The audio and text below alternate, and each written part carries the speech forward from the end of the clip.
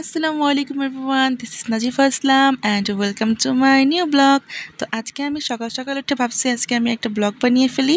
অনেক দিন ধরে ব্লগটা দেওয়া হচ্ছে না, অনেক এডিট করব বলে বলে এডিট করা হচ্ছে না, তাই সকালে উঠে ভিডিও শুরু করে দিলাম। এখানে আমার বোনও নাচ দিয়ে প্রথমে ভিডিওটা শুরু হচ্ছে, ওর মারামারি নাচ দিয়ে। তারপর আমি চলে গেলাম ছাদে। ছাদে যেতে দেখছি যে আমগুলো ভালোই বড় হয়ে গেছে, আর কয়েকদিন পরেই আম পেকে যাবে, অ্যান্ড সেই ভিডিওটাও আপনাদের সাথে শেয়ার করব। ছাদের কোণায় দেখলাম অনেক আম পড়ে আছে, মানে 2-3টা আম পড়ে আছে, যেহেতু কালকে বৃষ্টি নামেছিল এর জন্য এখানে অনেক আম পড়ে আছে। এই যে একটা আম পড়ে আছে, আর ওই পাশে একটা আম পড়ে আছে। ছোট ছোট আমি ভাবছিলাম ভর্তা বানিয়ে খাবো, কিন্তু অনেক দিন খাইছি তো এখন আর রুচি নাই, শেষ হয়ে গেছে। তো আমি অপেক্ষা করছি যে কবে কাঁঠালগুলো পেকে যাবে। এই গাছের কাঁঠালগুলো আমার একটুও পছন্দ না, বিকজ এগুলো নরম নরম, আর এই গাছের কাঁঠালগুলো আমার খুবই পছন্দ। আর এই যে আমাদের ছাগল চলে এসেছে, ছাগল এটা হচ্ছে আমার ছাগল, আর এটা বাচ্চাটা হচ্ছে আমার খালামণি। যে এই বাচ্চাটা খুবই কিউট ছিল, অ্যান্ড এই বাচ্চাটার বয়স মাত্র 4 মাস, তাতেই কত মানে চঞ্চল হয়ে গেছে। আর এই যে খালামণি গরু, আর খালামণি আমাকে অনেকগুলো শাক ধরিয়ে দিল, বলল যে এই সব শাক তুমি রেখে আসো রান্নাঘরে, এগুলো ভাজি করে দিবে। অ্যান্ড তারপর আমি একটু আসলাম। ওয়েদারটা না আজকে কেমন যেন একটু খারাপ খারাপ মনে হচ্ছে, অ্যান্ড একটু বৃষ্টি হবে মনে হইতেছে। ঠিক বিকেলবেলায় বৃষ্টি হলো না, কিন্তু আবহাওয়াটা একটু খারাপ খারাপ ছিল, রোদ ছিল। আজকে আমরা একটু যাবো একটু আমার নানু বাড়িতে, মানে খালামণির ফুফু বাড়িতে যাবে একটু ঘুরতে। আর আমার আম্মুর ফুফু বাড়ি হচ্ছে রাস্তার ওই পাশে, তার জন্য আমরা রাস্তা ক্রস করার জন্য রাস্তায় উঠবো। এই যে বিখ্যাত বড় একটা পাহাড়, এটাতে উঠতে খুবই মানে কি আর বলবো, যারা তো পারে তারা তো পারলো, যারা পারে না তাদের জন্য এক ধরনের এভারেস্ট হয়ে গেল, এভারেস্ট পাহাড়ের মতো আর কি।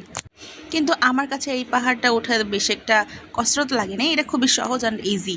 অ্যান্ড তারপর আমরা দেখতেছিলাম যে রাস্তায় কোনো গাড়ি ঘোড়া আছে কিনা, পার হয়ে যাচ্ছিলাম। অ্যান্ড ওই পাশের পুকুরগুলো ছিল, ওই সব জায়গায় আমার খুবই অনেক ছোটোবেলার অনেক স্মৃতি আছে, যে বিকজ ওখানে আমি ছোটোবেলায় অনেক মজা করতাম। অ্যান্ড রাস্তাঘাট সবই আগের থেকে অনেকটাই পাল্টে গেছে, আগে এরকম রাস্তাঘাট ছিল না। আর ওই পাশের দিকে যে এইটা দেখতে পাচ্ছেন বিল্ডিংটা, ওটা হচ্ছে সরকারি বিল্ডিং, ওটা মুক্তিযোদ্ধাদের জন্য করে দেওয়া হয়েছে। অ্যান্ড চলে আসলাম। আর আপনাদের কি মনে আছে আমার সেই মুরগির কথা, যেটাতে আমি কিনছিলাম, এই যে সেই সাদা মুরগিটা, আমার ভাবছিলাম যে আমি পালতে পারবো, কিন্তু আম্মু বলছে আমরা কয়েকদিন পরেই ঢাকা চলে যাচ্ছি, তার জন্য এই মুরগিটাকে বেঁচে দিছি আমি বাচ্চা সহকারে। হয়তো বা আমি দেখাইছিলাম আমার আম্মুর ফুফু বাড়িতে, দেখে এলাম, কথাবার্তা শেষ। অ্যান্ড তারপরে আমরা চলে যাচ্ছি বাড়ির উদ্দেশ্যে, ততটুকু ভিডিও আমি করি নাই। অ্যান্ড ওই যে ওই পাশের রাস্তা দিয়ে আমরা আসছিলাম, এখন আমরা এই যে মাঝখানে যে মাঠের রাস্তা আছে সেখান দিয়ে আমরা চলে যাইতেছি। অ্যান্ড ওই যে ওই পাশ দিয়ে আমরা আসছিলাম রাস্তার ওই যে ওইখানে কোনা দিয়ে। আজকে মনে হচ্ছিল সকালবেলায় যে একটু বৃষ্টি নামবে, কিন্তু কোনো বৃষ্টি নামে নাই। এই যে আমার পা, এই যে আমার হাত, অ্যান্ড বাড়িতে আসলে হাত পা একটু কালো হয়ে যায়, আমি জানি না কেন কালো হয়ে যায়।